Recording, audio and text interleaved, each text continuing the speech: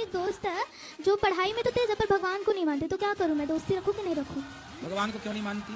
वो बोलती है कि इंडिया कभी आगे नहीं बढ़ पाएगा, जो भगवान को फालतू में मानते इसकी वजह से इंडिया कभी आगे नहीं बढ़ पाएगा और सब देश आगे बढ़ जाएगी। हाँ, पाकिस्तान बहुत आगे बढ़ गया, श्रीलंका बहुत आगे बढ़ गया, बांग्लादेश बहुत आगे बढ़ गया।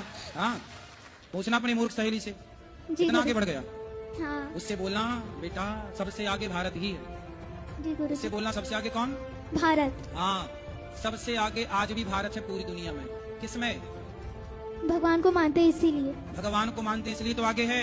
और पूरी दुनिया में सबसे ज्यादा चरित्रवान लोग कहीं पाए जाते हैं तो भारत में पाए जाते हैं। तो अनपढ़ बाबा जी, मेरा आपसे एक निवेदन है, अगर आप किसी को कुछ सही नहीं सिखा सकते तो उसे गलती मत सिखाइए। और आप बच्ची से क्या सवाल जवाब कर रहे हैं, आप सवाल जवाब मुझसे कीजिए, मैं दूंगा आपको जवाब।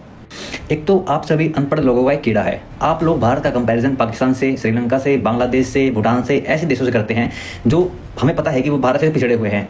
तो अब मैं बताता हूँ आपको असली बात, भारत कितना आगे है दूसरे देशों से। किसी भी देश के लिए जरूरी होता है कि वहाँ की जो जनता है वो कितनी सुखी है, और उस खुशी को हम खुशहाली इंडेक्स से नापते हैं।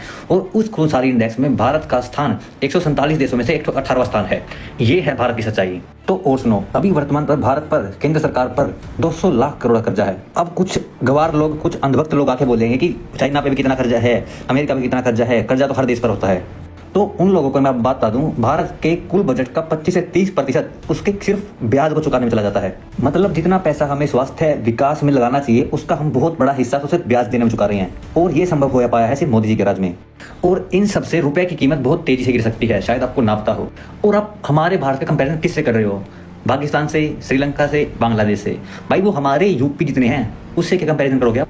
अगर कंपैरिजन करना भी है तो अमेरिका से करो, चाइना से करो, रशिया से करो, उनसे करो भाई।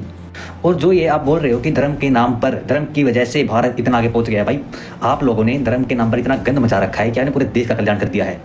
और आपने उस लड़की से उसका इतनी अच्छी दोस्त छीन ली, वो इतनी पढ़ी लिखी थी, इतनी समझदार थी, वो इतनी सुलझी हुई थी। और सबसे बड़ी बात, आप भारत के इतने वाहवाही कर रहे हो, आपने कभी गौतम बुद्ध का नाम सुना है, ओशो का नाम सुना है? उनका इस देश से चले जाना भारत पर आज तक का इतिहास का सबसे बड़ा कलंक है।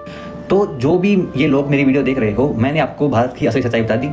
आज भारत का स्तर कहाँ पर है और किन लोगों की वजह से वो यहाँ पर है। अगर आप अपने भारत का विकास चाहते हो तो भाई हाथ जोड़ के निवेदन आपसे, आप इन बाबा लोगों से दूर हो जाओ।